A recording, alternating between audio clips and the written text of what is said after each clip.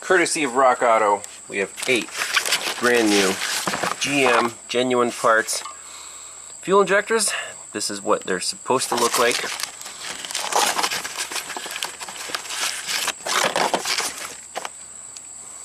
There you go. So let's pop these in and see how the beast runs.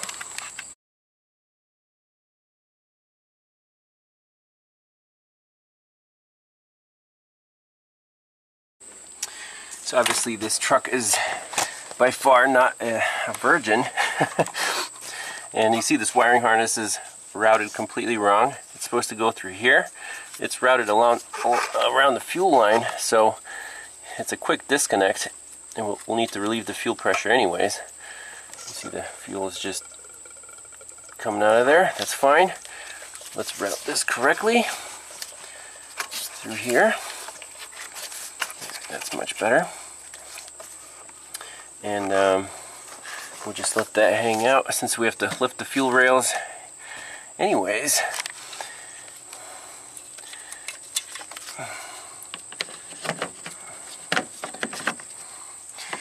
So looks like just 1, 2, 3, 4 bolts. Everything should come up, and then we can do each injector one at a time carefully and put everything back together. Well, here's the fuel rail. Nothing to it, but I'm going to get all these clips off for the injectors. Should be fairly friendly. Whoops. They're a little springy.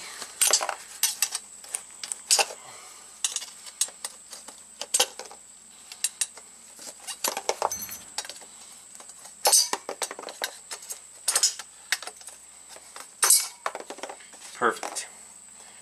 Now let's swap the new ones in. Alright, here we go. There's one. Got some gas spillage here. 2, 3, 4. There's more gas spillage. Man, this fuel rail holds a lot of fuel.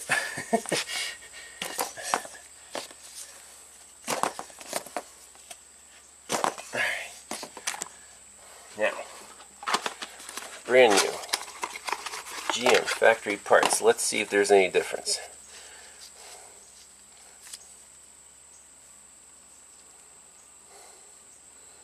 That's a pretty good copy. They even have the date stamp on there.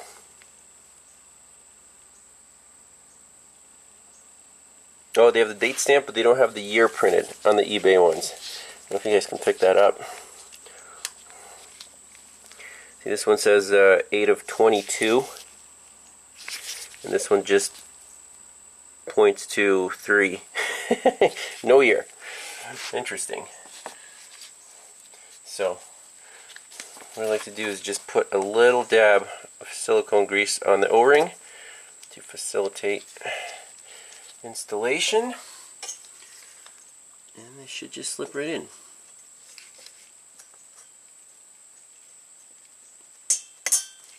Boom.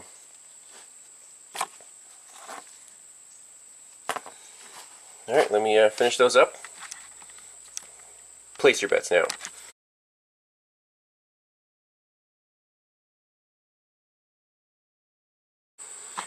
Alright, moment of truth. 8 OEM injectors installed. Everything is plumbed in. Let's fire it up, check for leaks, make sure all the O-rings are happy, and it might crank for a while since it's a returnless system and we drain the entire rail.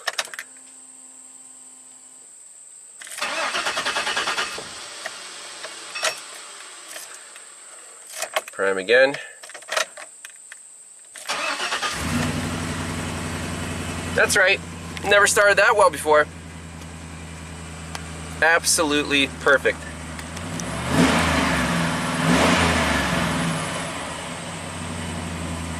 Alright, let's plug in the scanner, clear all the codes out, take it for a spin.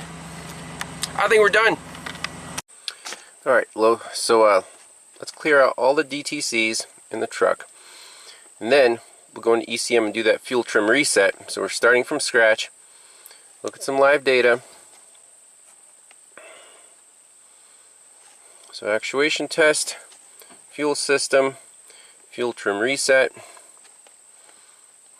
reset. Okay.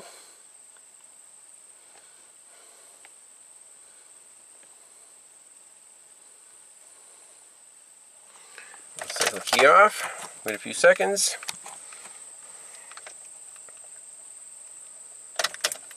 Turn the key back on. And let's take a look at the after data. Alright, here we go. Clean slate.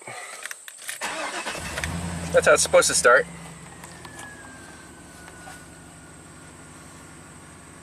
And just let it idle for a little bit.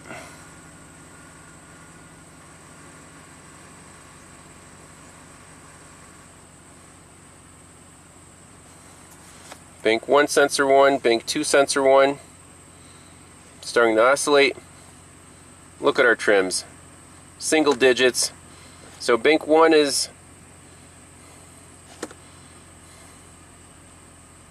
-5 maybe.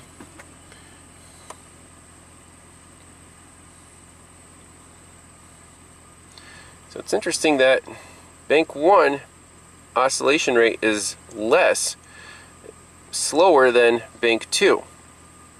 That's interesting to note. Raise the RPMs up a little bit.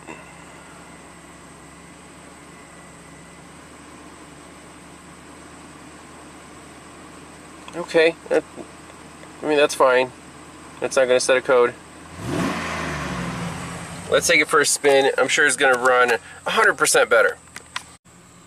Alright, everything's looking beautiful. Single digit fuel trims. Let's see under wide open throttle if it stays rich. And will it do a burnout?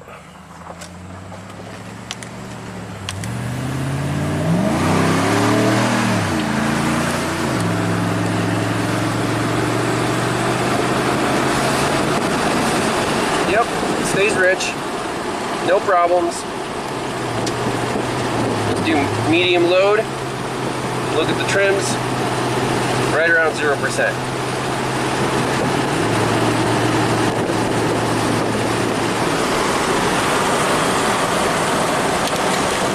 That's it. Guaranteed, confirmed fix on this Chevy truck. And how many parts did we fire? Well, just a set of injectors like it needed. No guesswork. Data-driven diagnostics. It works. It really does work. So I'm sure the owner will be surprised and very pleased, and probably a little disappointed at how much money he's wasted on this truck. Like, it didn't need 90% of the parts, I'm sure. What was the original problem? Why did it start acting up? I have no idea. I have no idea. But if he did the diagnostics before the parts cannon, it would be even easier to determine the root cause. So it runs great. I don't see any other issues with it. You know, this wasn't a very difficult diagnosis. It was take a test drive with a scanner, plot the correct data, and interpret the data, and ask the customer a few questions on the history of the truck. As soon as you hear eBay and good deal, game over, we're done. Get yourself some factory parts.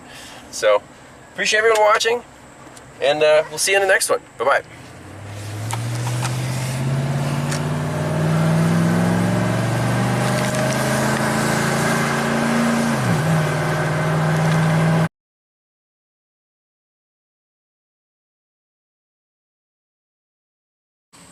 Oh, a little bonus footage.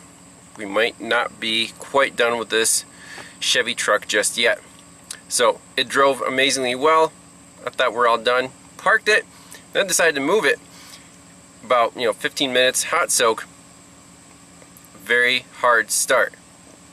After 3 or 4 attempts, it fired right up, runs perfect. So obviously the injectors were the main issue in terms of super high fuel trims, but what about this hot start? Reluctant hot start. let's measure the fuel pressure. So I have the fuel pressure gauge back on here.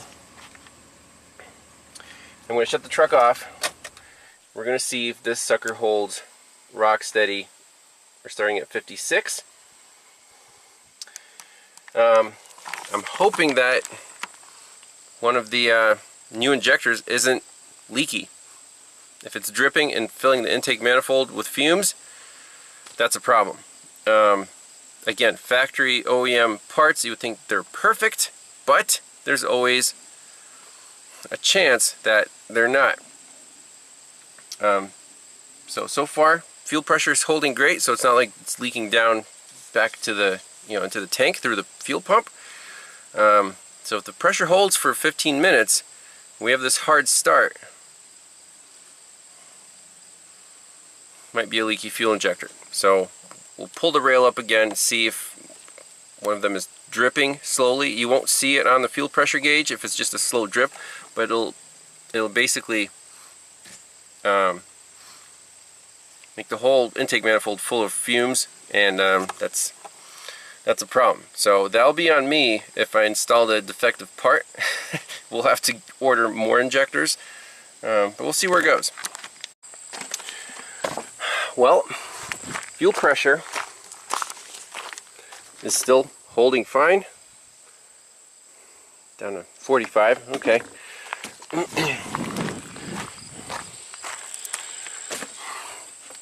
Got the air pipe off. I'm just taking it with inside the intake manifold.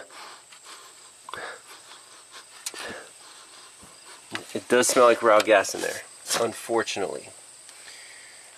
Maybe we can stick a borescope and see if any of the 8 injectors are leaking. I don't know if that's even possible because the intake manifold's all weird. We might have to pull the fuel rail up just to inspect. Yeah, let's try that. Let's pull the fuel rail up. As you can see, the pressure is slowly bleeding down. It's at 45 right now, and I don't see any drips whatsoever on the new injectors, which is a good thing, but it doesn't explain our hard start.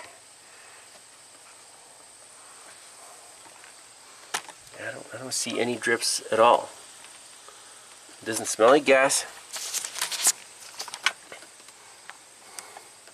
They're all holding tight. Alright, truck's back together. Let's see how it starts.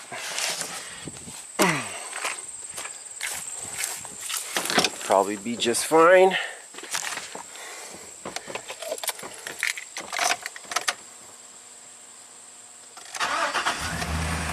Yeah, absolutely perfect. Okay.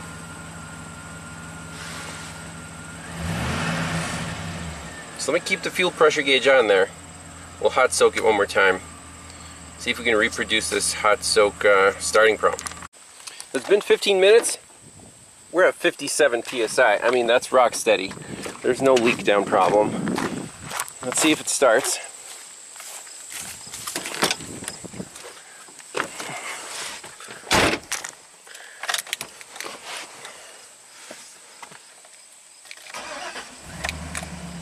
Perfect.